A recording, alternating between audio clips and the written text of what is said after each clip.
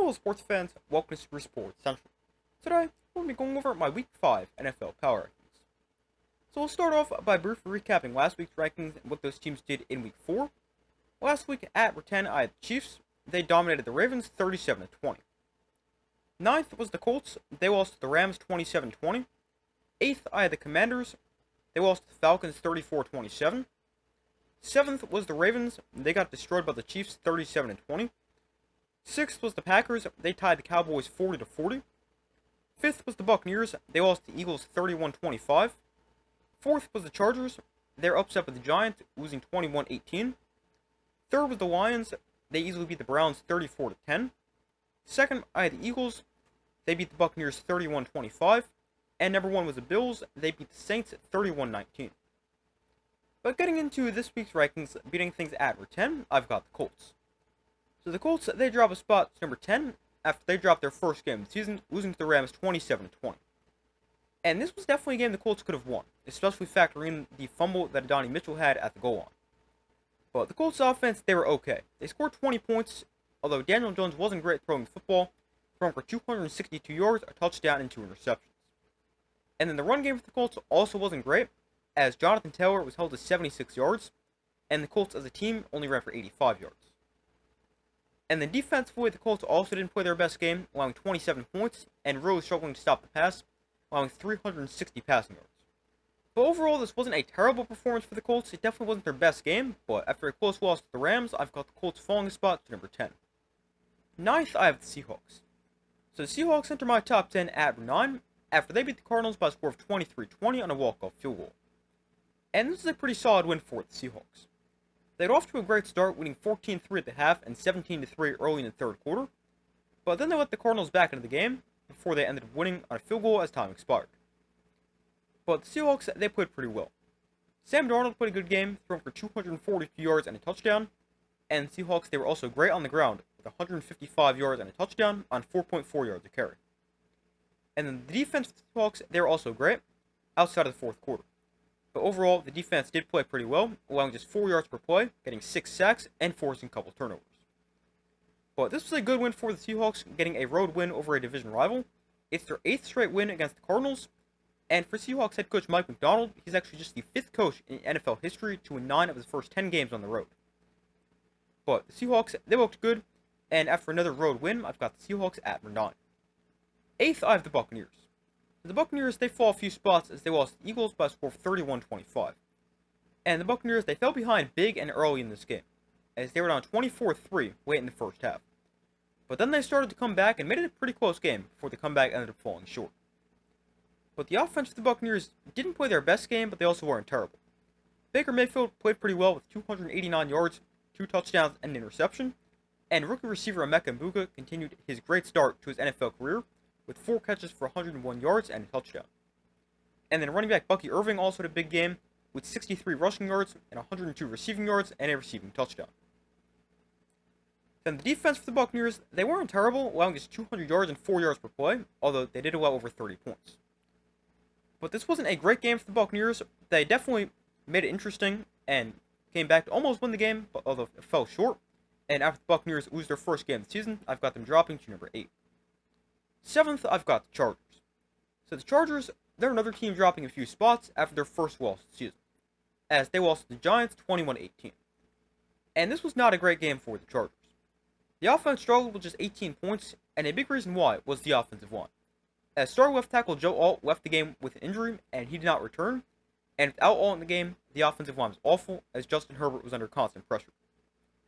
Now, the run game for the Chargers was pretty good, despite the offensive line not playing that well, as they averaged 11.7 yards per attempt and ran for 152 yards on just 13 carries.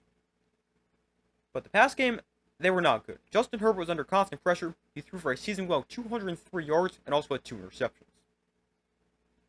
And then on the defensive side for the Chargers, they weren't terrible, allowing just 3.6 yards per play, but with how bad the offense was, it wasn't enough to get the win.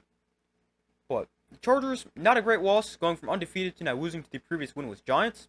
And they're also going to be without Joe Alt for the next few weeks. So that could be tough for the Chargers, but I've got them falling to number 7. 6th, I've got the Packers. The Packers, they've remained at number 6 after they tied the Cowboys 40-40. And this was a really interesting game. The Packers, they'd off to a great start, winning 13-0 early in the game, but then the Cowboys, they blocked an extra point, returned it for 2, and then the game got crazy. And the Packers, they're actually kind of lucky they ended up with the tie, because they almost mismanaged the clock at the end of the game, and they were really lucky they had 1 second left in the clock where they can kick a game-tying field goal. But overall, this was an okay performance for the Packers. The offense played really well, scoring a season-high 40 points, and Jordan Love had a great game, throwing for 337 yards and 3 touchdowns. All 3 touchdowns went to Romeo Doubs. And then the run game for the Packers, they were solid with 164 yards on 4.7 yards per carry, although they struggled to get Josh Jacobs going, as he averages 3.9 yards per carry. And that's been a common thing for the Packers this season, as Jacobs on the year is averaging just 3.3 yards per attempt, and he hasn't had an average of over 4 yards per carry in a game yet this season. So that is definitely a little concerning for the Packers. Another thing that's concerning is the defense. They allowed 40 points, which is a season high, and they got torched through the air, allowing 319 passing yards. But this was not their best game for the Packers. Great offensively, terrible defensively, but a tie with the Cowboys isn't the worst possible result. Obviously, you would have liked it to be a lot better for the Packers, but they didn't lose, so I still got them remaining at number 6.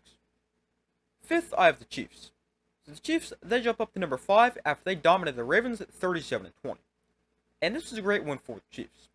Their offense really got going with 37 points, and their pass game looked a lot better with the return of Xavier Worthy. As Worthy in his return, he caught 5 passes for 83 yards, and also ran the ball twice for 38 yards. And Patrick Mahomes, he was great, with 270 passing yards and 4 touchdowns. Now, the run game for the Chiefs wasn't great, averaging just 3.7 yards per carry, and they haven't really been too great on the ground, so that is a little concerning, but overall, with the return of Xavier Worthy, the offense was really good. And then the defense for the Chiefs, they were also great, allowing 20 points, getting 3 sacks, and forcing 2 turnovers. But a great game for the Chiefs. After their 0-2 start, they're now 2-2, and I've got the Chiefs at number 5. Fourth, I have the Rams. So the Rams, they're another team moving up, as they move up to number 4 after they beat the Colts by a score of 27-20. And this was a good win for the Rams. The offense was great with 27 points, and they were great throwing the football, as Matthew Stafford threw for 375 yards and 3 touchdowns. And wide receiver Puka Nacua had a huge game, with 13 catches for 170 yards and got in the end zone, and he's actually currently leading the NFL in both catches and yards. And then on the ground, the Rams, they didn't play their best game, although they were decent with 102 yards on 3.9 yards per attempt. And then the defense of the Rams, they played pretty well, allowing 20 points and forcing 2 turnovers. But a good win for the Rams. They've looked great so far this season. They're now 3-1, and their one loss was against the Eagles, and I've got the Rams at number 4. Third, I have the Lions. So the Lions, they remain at number 3 after they easily beat the Browns by a score of 34-10.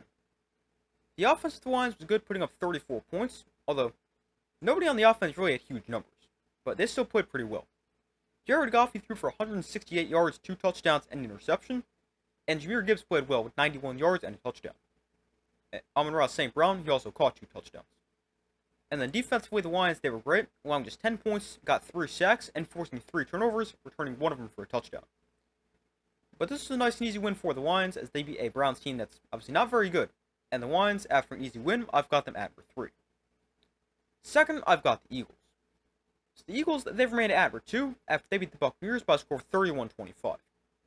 And the Eagles, they were great in the first half in this game, leading 24-6 at the half, but they were not good in the second half, getting outscored 19-7. And this is now back-to-back weeks where the Eagles have only played one good half of football, because they did the exact same thing last week against the Rams. Now, they were able to win both games, although playing just one good half is not a great recipe for success. That is definitely a little concerning. But offensively for the Eagles in this game, they were pretty good, scoring 31 points, although it didn't move the ball that effectively, averaging just 3.4 yards per play. And they only threw for 130 yards and ran for 88, although technically they ran for 122 when you take out the 34 yards they lost at the end of the game on the intentional safety. But either way, it's still nothing too impressive. And then the defense for the Eagles, they got off to a hot start, but they weren't great in the second half, and overall finished the game allowing 25 points and 376 total yards. But the Eagles were able to beat a good Buccaneers team. They didn't play their best game, and I've got the Eagles at number 2. And coming in at number 1, I've got the Bills. So the Bills, they've remained at number 1 after they beat the Saints 31-19. And this is a pretty good win for the Bills. It could have been a little bit more convincing, but they did lead the entire game, and overall this is a pretty good performance. The offense of the Bills played well, And Josh Allen had a nice game with 209 yards, 2 touchdowns, and an interception. And he also added 45 yards and a score on the ground. And the running back James Cook also had a great game with 117 yards and a touchdown. And the Bills as a team ran for 165 yards on 5.2 yards per carry. And then the defense for the Bills, they were also great, allowing just 19 points and under 300 total yards. But overall, a good win for the Bills. They're now 4-0, and I've got them at number 1 in my power rankings. But those are my Week 5 NFL power rankings. Thank you guys for watching. Be sure to like this video, subscribe, turn notifications. I do my best to post as often as possible, and I'll see you in the next video.